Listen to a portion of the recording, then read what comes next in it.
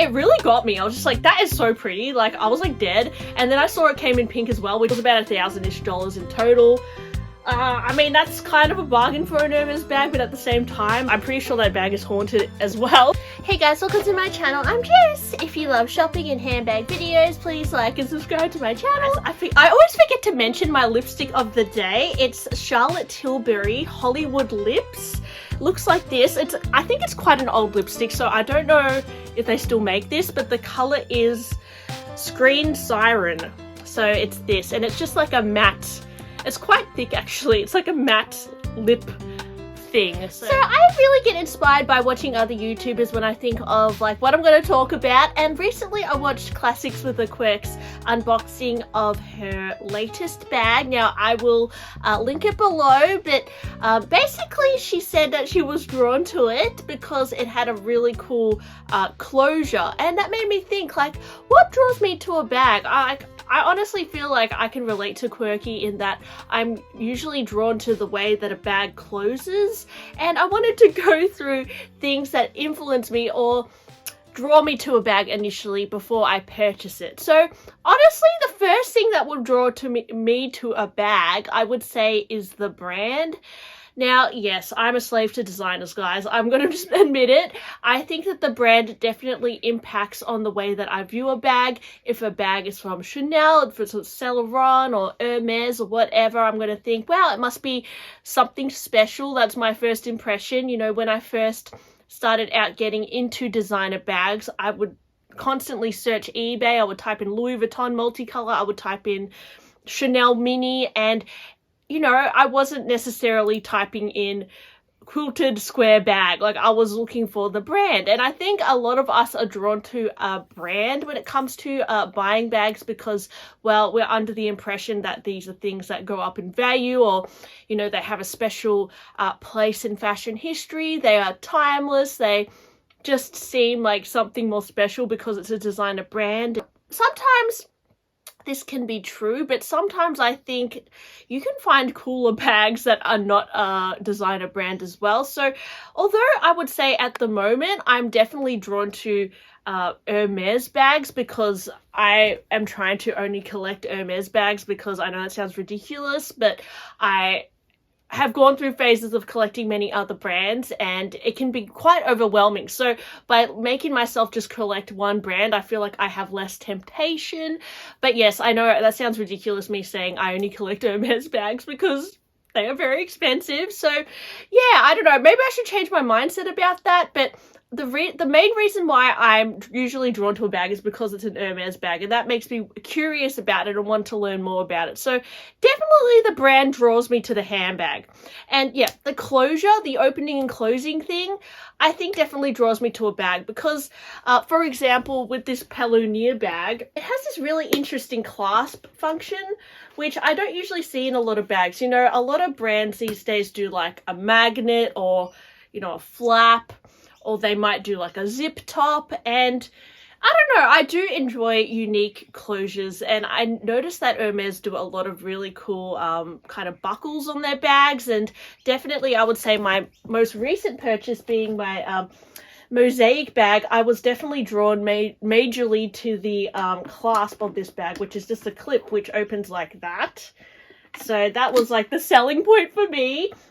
Even like things like, you know, the Gypsier or the Birkin, I was always drawn to this kind of like sangle element in the Kelly. I just think it looks really expensive, and like it just looks like a fancy bag, unlike, I don't know, something that is just like a little clip or a magnet or something. I do like those more complicated looking closures. I just think they look cool. I even used to have like a Veru bag with that kind of like toilet lock kind of closure. I thought that was so like edgy, and I just really liked it. And I love how with the Bolide bag and like the Plume bag, that these were the first bags to incorporate a zipper, and I just love the way that the zipper feels on the Hermes bags as well. They're just beautifully made and like very smooth, unlike other brands I've experienced. So definitely like the closure does influence me, and I think it can be a major decorative element to a bag. Next is definitely the color. You know, I do like my fun colors, and recently I saw this incredible like Gucci Marmont bag in an ad campaign. It was like a white pearlescent mermaid Gucci marmot, and I just thought, wow, like, I'm not usually into the marmot. I've actually owned one before I had a channel in velvet with crystals, and I sold it.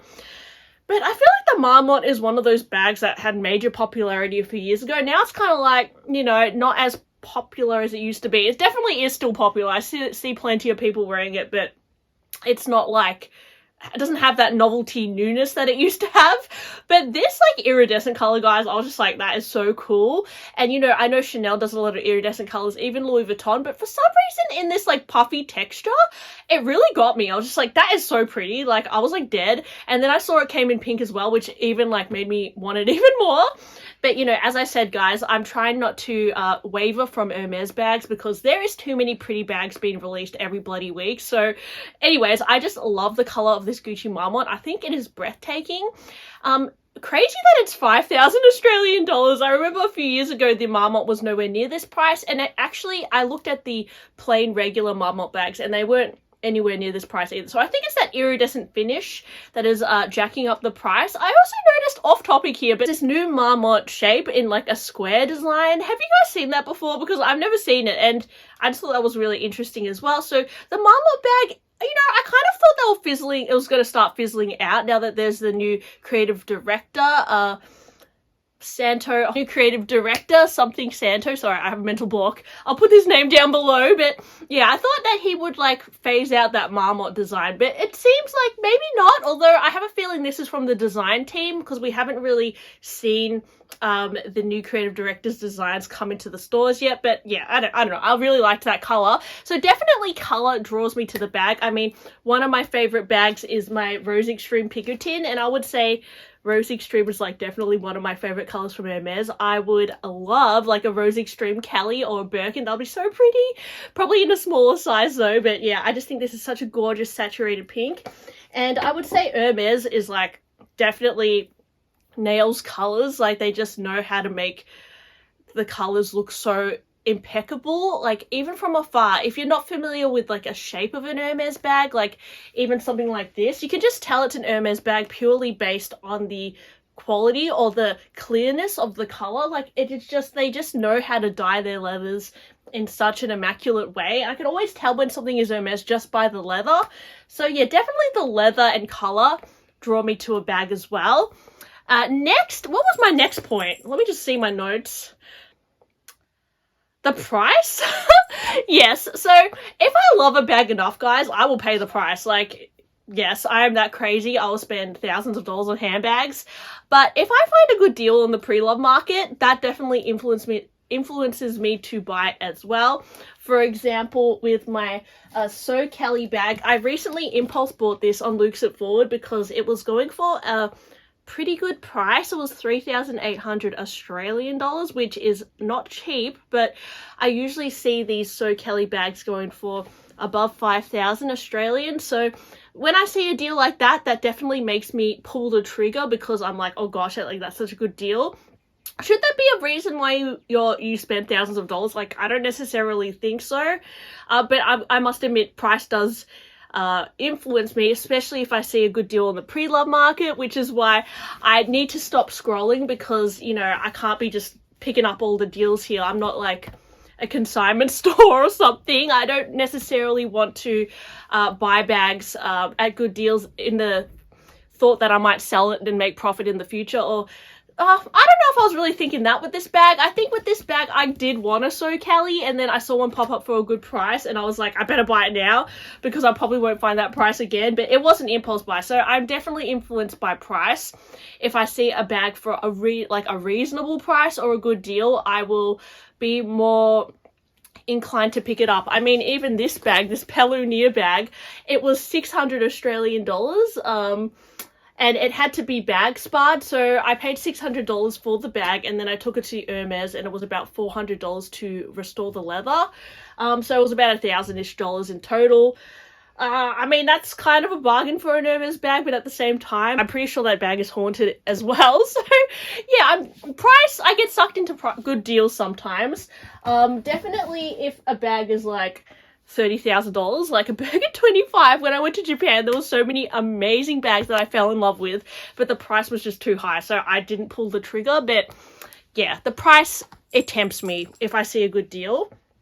And finally, the exclusivity of the bag. So I really like bags that are like something you don't see every day, something quite unique, and something like undiscovered. Because like I often search Vestiaire and eBay for like Hermes styles that I don't see anyone else wearing, or that I want to find out more about, because I don't know, I like researching handbags, brands, and like, you know, I've made many videos on like different Louis Vuitton bags from the past, different Chanel bags from like the 90s, and I haven't really delved into Dior or Fendi as much, but definitely like Chanel, Louis Vuitton, and Hermes are brands that I've really delved into, and I've looked at bags that they had like 20 years ago, 30 years ago, and I just love discovering bags that I've seen on nobody else, or no one else on YouTube, or no one else in the street. I just think that that's really cool, and to me luxury is about finding things that are unique and